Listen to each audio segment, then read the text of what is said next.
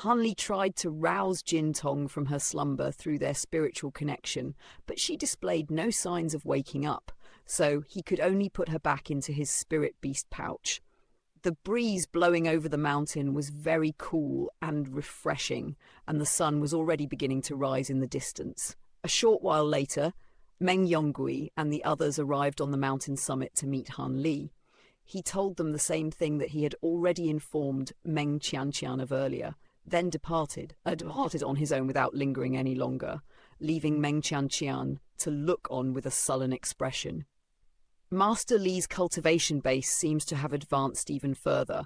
I think he's become even more powerful than the golden immortal stage Dao Lords of the Blaze Dragon Dao.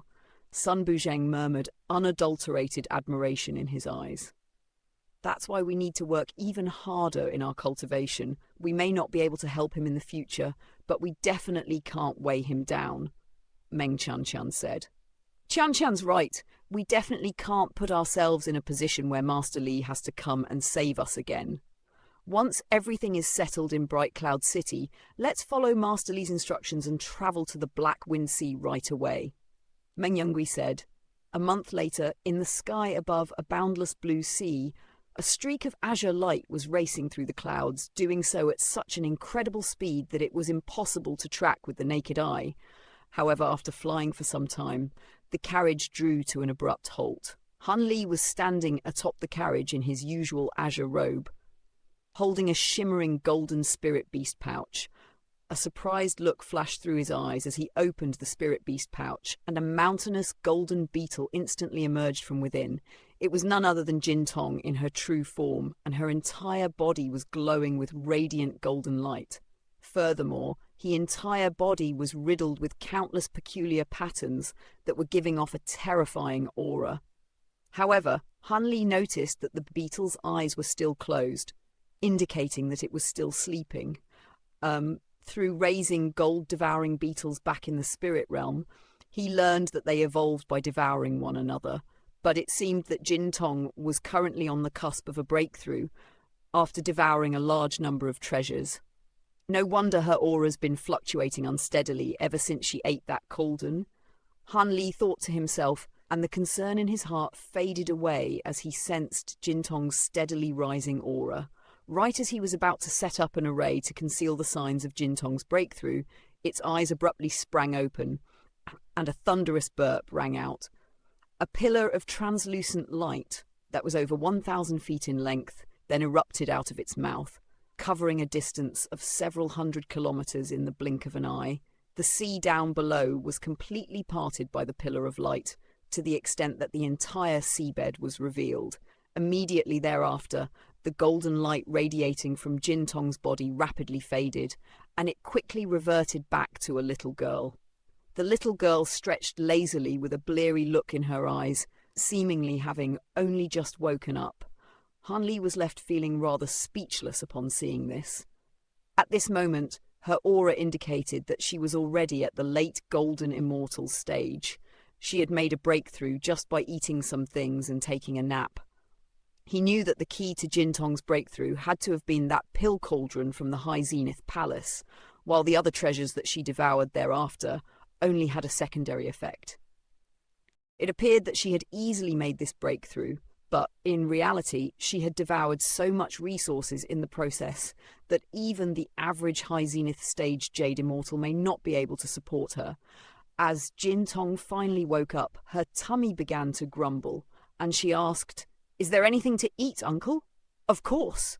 Han Li flipped a hand over to produce a giant axe that was riddled with runes before handing it over to Jin Tong, and she grabbed onto the axe with both hands before sinking her teeth into it. A faint smile appeared on Han Li's face upon seeing this, and he dragged Jin Tong back onto the carriage, then flipped a hand over to produce a white jade slip.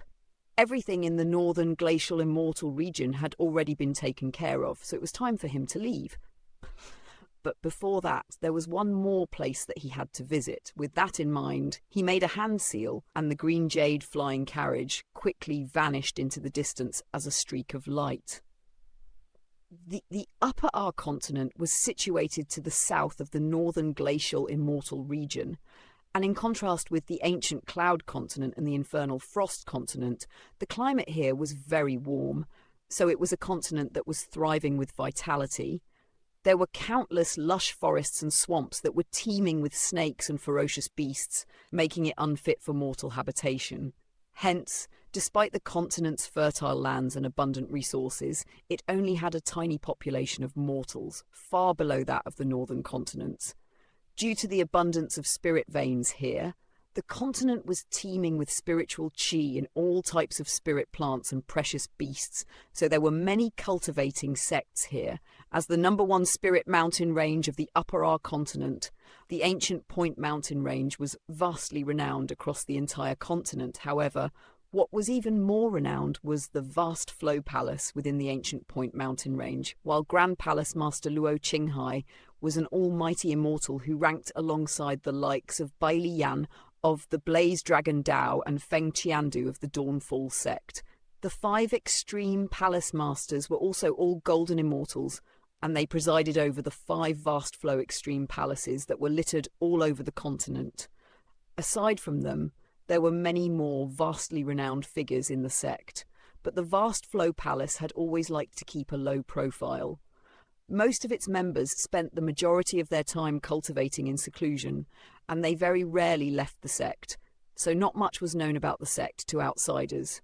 At this moment, a tall man with a thick beard was currently standing in the sky near the ancient Point Mountain range. It was none other than Han Li in disguise. As he inspected the mountain range up ahead, he was recalling the information that he had gathered pertaining to the vast Flow Palace. From his perspective, the ancient Point Mountain range was enshrouded in a mysterious veil of cloud and mist. The mountain range was filled with abundant spiritual qi, particularly that of the water attribute. A short while later, Han Li continued onward, and not long after he entered the ancient Point Mountain range, a streak of blue light instantly flew out from within to greet him. It was a blue spirit boat shaped like a fish, and there were several vast Flow Palace disciples standing on it, led by a square-faced young man who appeared to be in his 20s. Judging from their attire, they appeared to be patrolling disciples of the vast Flow Palace, and all of them were at the deity transformation stage, while their leader was a spatial tempering cultivator. The square-faced young man was observing Han Li with a wary look in his eyes, but he still extended a respectful salute as he said, "I am Attendant Liang of the Outer Place. May I ask your name and the purpose for your visit, senior?"